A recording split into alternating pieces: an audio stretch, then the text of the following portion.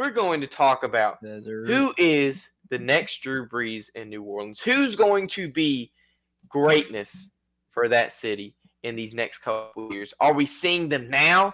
Are we yet to see them? Like, is it a person that has not come to New Orleans yet? I'm interesting to talk about. I mean, I got a lot of stuff written down here, and right now, my opinion is, and no, I don't know, but we're about to see if it's as good as your gravy. But right now, my opinion is Derek Carr is not the answer for New Orleans. Let's be for real. He's not the answer. I can't stand emotional signings, which is what the Saints always do. We sign somebody because they're from New Orleans. Oh my gosh, they grew up down the street from the Super Bowl. If they can't play football, don't put cleats on their feet and put them on the field. I don't want to see them. I don't care if you grew up down the road from walk-ons. I don't care. If you can't play football, don't step foot in the Superdome. I'm sorry, but you know who the head coach of New Orleans is, Dennis Allen, and he had to get Derek Carr in New Orleans after Derek Carr had a dead end in Las Vegas and the Raiders. But I have some interesting numbers to pull for you, Jackson. Mm-hmm. We saw in 2022, before Derek Carr, Andy Dalton was the quarterback, which was hard to see. It was very hard to watch. But I'm going to pull some numbers for you, and you're going to it's going to like give you a whole nother different viewpoint on business, on money, on how you see the world better than you already do, or how you see New Orleans, because it's uncanny how similar these statistics are between Derek Carr and Andy Dalton. So in the first 14 games that Andy Dalton and Derek Carr played, I'm going to give you the quarterback statistics for the two, and it's going to be shocking. Because everybody's saying, oh, Andy Dalton, he's awful. But Derek Carr's our savior. He's the guy that's going to bring New Orleans back to the top. No, he's not. Because look at these numbers. Last year, in Derek Carr's first 14 games, he threw for 3,098 passing yards. He had a 68.8% completion percentage, 16 touchdowns, 7 interceptions. He was sacked 26 times, and he signed a 4-year, $150 million deal in 2023. So he's going to be there a while, and if we decide to cut him, we're going to get a pretty big dead penalty cap hit. It's not going to look good. But with all those numbers, this is Andy Dalton's first 14 games in New Orleans. So we said Derek Carr had about 3,000. Andy Dalton had 2,871 yards passing. He had a 66.7% completion percentage. He had 18 touchdowns to 9 interceptions, which the ratio isn't as good as Derek Carr's, but he threw for more touchdowns. And then he was sacked 25 times. But get this. He did not come back to New Orleans because what, Jackson? He signed a 1-year, $6 million deal to be in New Orleans. Derek Carr's not getting paid $6 million a year to throw the football. He's not. And the reason he hasn't left New Orleans is because he gets paid north of $35 million a year. Which is, I don't know why they did that. Because they do emotional stuff. That's my only explanation for it. The Saints are emotional signings. We sign people because they grew up down the road. I don't want to see Wash Jarvis Landry catching the football and getting injured 5 weeks into the season. I don't want to see that. I want to see football that's meant to be played. I want to see 500-yard passing games like I grew up watching with Drew Brees. I want to see that again in New Orleans. I was so spoiled growing up and watching Drew Brees on my TV that I forgot just how bad football can actually be in New Orleans. Jackson, is there anything you'd like to say about these two people that I just gave you? I mean, the statistics, the comparison, it's uncanny. Yeah, as someone who had to endure a partial season of Andy Dalton here in Chicago when Justin Fields was a rookie, I feel your pain because Andy Dalton's the definition of a guy at this point in his career who's a backup. He used to be a Pro Bowler when he was with the Bengals, but he's not that guy anymore. So I feel your pain. yeah, I think it's not obviously the same situation as like you were talking about, where like it's a emotional decision where like Derek Carr grew up in California, but I think it was just a move more so rather than out of emotion, out of desperation, because Cam Jordan's getting older. A lot of pieces on that defense are getting older. They signed Tyrann Mathieu back after his time in Kansas City and Houston. Um, they're just trying to find one like big swing of glory with this team. So it's yeah, so they messed up, and there already enough cap crunch as it is. Yeah, I agree that Derek Carr, he's a fine quarterback, but he's not. He is a floor raiser. He is not a like ceiling raiser, if that makes any sense. He'll if you're a 4-win team, he'll get you to be a 6 or 7 win team. He's not going to raise you to an 8 to 10 win team if you get him. You need the right infrastructure in place. He's as we like to say, he is a very mid quarterback. He's not bad, but he's also not good. I tried to give him the benefit of the doubt, and he did a lot better the second half of the season. I will give him that. But I mean, you just said they signed Tyrann Mathieu, and Tyrann Mathieu's been pretty decent. I'm not gonna lie; he's been pretty nice to watch in New Orleans. He hasn't been a Malcolm Jenkins. He hasn't been like a Tracy Porter or anything like we've seen in the past. But I mean, he went to LSU. Oh, we're gonna sign somebody who went to LSU, like Jarvis Landry. Oh, we went to LSU. We're gonna sign him. He went to LSU. You know, we have a lot of Mississippi State people on our team that we signed because I want to say they went to state. But honestly, Jonathan Abram, we signed to the practice squad. He turned out to be really good. Went to state.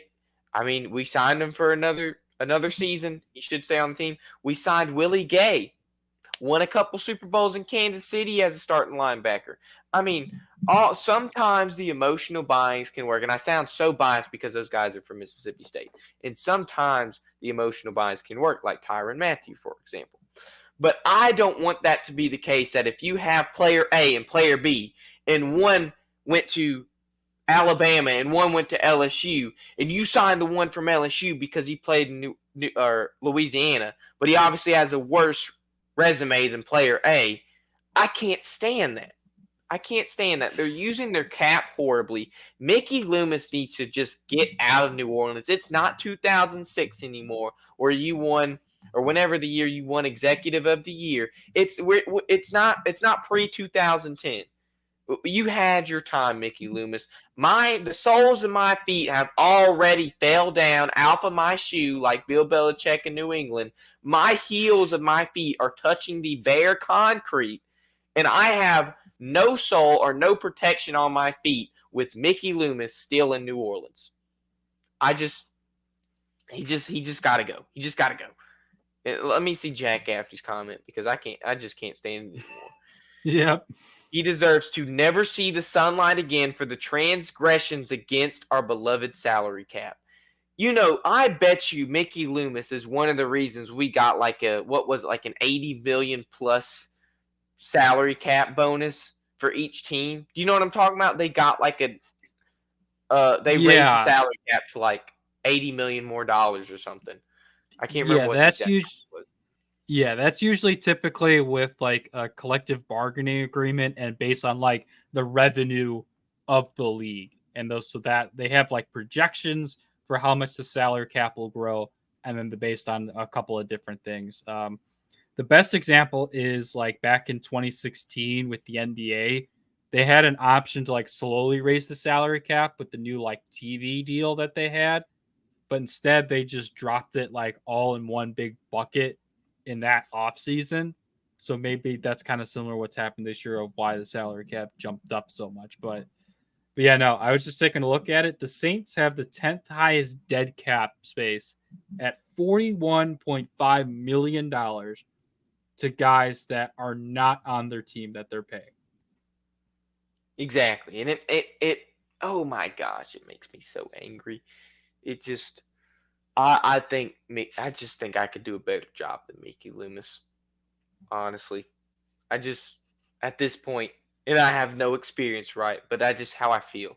Emotionally, I feel like I could do it. And Jack Gaffney's right. He needs to be arrested, and then that he could do a better job. And I believe you could, Jack. But if we have not seen the next Drew Brees in New Orleans now, what about if we're going to see them in the future? Let me pull out somebody. Spencer Rattler is a 5th-round draft pick of the 2024 NFL Draft by the New Orleans Saints, which I believed was a steal. Now, he has broken every single quarterback record you could think of for the state of Arizona in high school. There is probably nothing left to be broken because Spencer Rattler has just about broken all of them, if not all of them. Now, as a senior in high school, he did star in a Netflix series called QB1 Beyond the Lights. I don't know if you saw that, but it kind of had him in a negative light. He was this cocky, arrogant. He was the number 1 recruit coming out of high school. Obviously, you're going to feel some type of way about yourself, like, oh, I'm the best there ever was, the best there ever is, and the best there ever will be. But he goes to Oklahoma for 3 seasons, ends up not being the next Patrick Mahomes like everybody else does, has a reality check. He says, okay, I get a second chance. We have something called the transfer portal and NIL now. He goes to the SEC. He goes to play for South Carolina and does pretty decent. And here, I feel like, is where Spencer Rattler learned not to be a quarterback, but to be a humble player.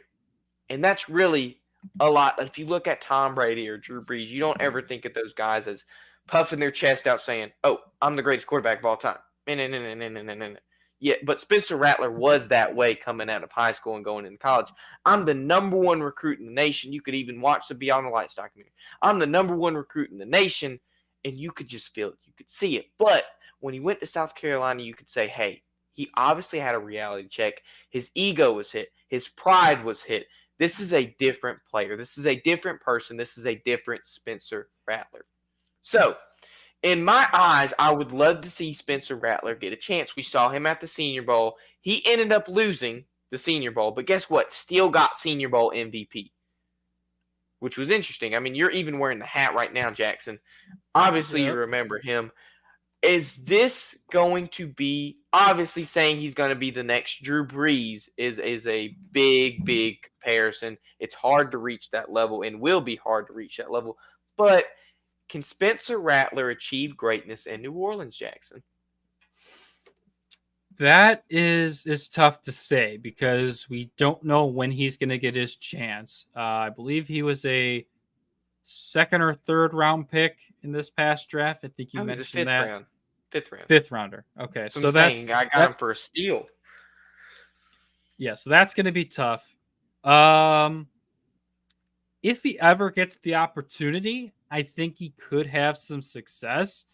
But I also think there's a reason he was a 5th round pick. I mean, we were surprised a few years ago when Desmond Ridder and Malik Willis fell in. I think that was the 2022 NFL draft. We were surprised those guys fell so far. And then we saw why. Desmond Ridder's now the backup in Arizona to Kyler Murray. Malik Willis is the 3rd-string quarterback in Tennessee. Is he still in Matt Tennessee? Corral is, I believe so. And Matt Corral's not even on the Panthers anymore. He's not even in the NFL. Exactly. He's in the UFL. Exactly. So I caution against comparing him to Drew Brees or a Tom Brady just based on the draft position.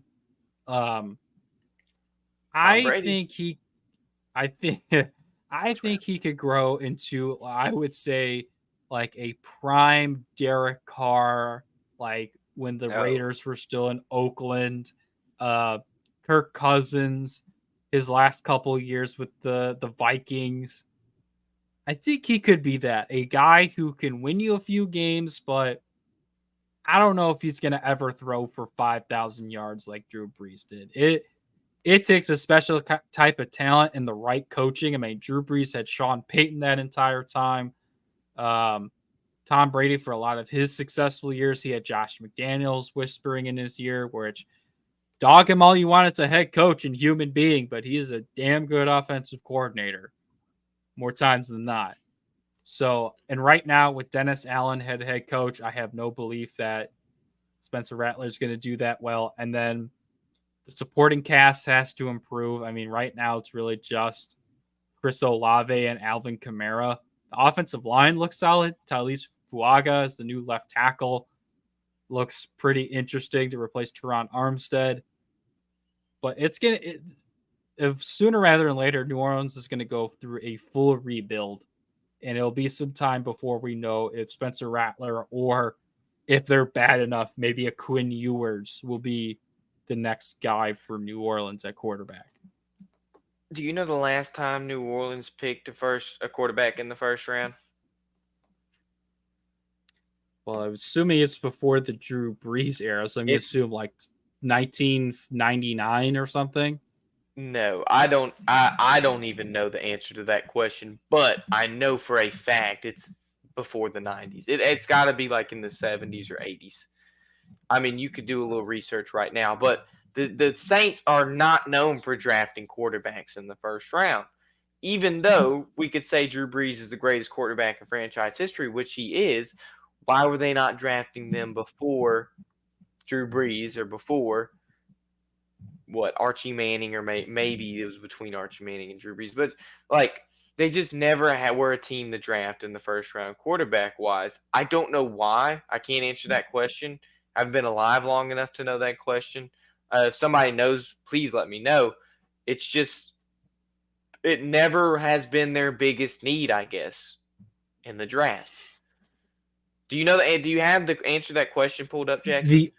The only quarterback the New Orleans Saints have ever drafted in the first round is Archie Manning at number 2 in 1971. That's what I thought. Okay, I thought Archie Manning was the last quarterback we drafted. The only. And that's crazy. Oh, and the only. I didn't know he was the only, but that's insane.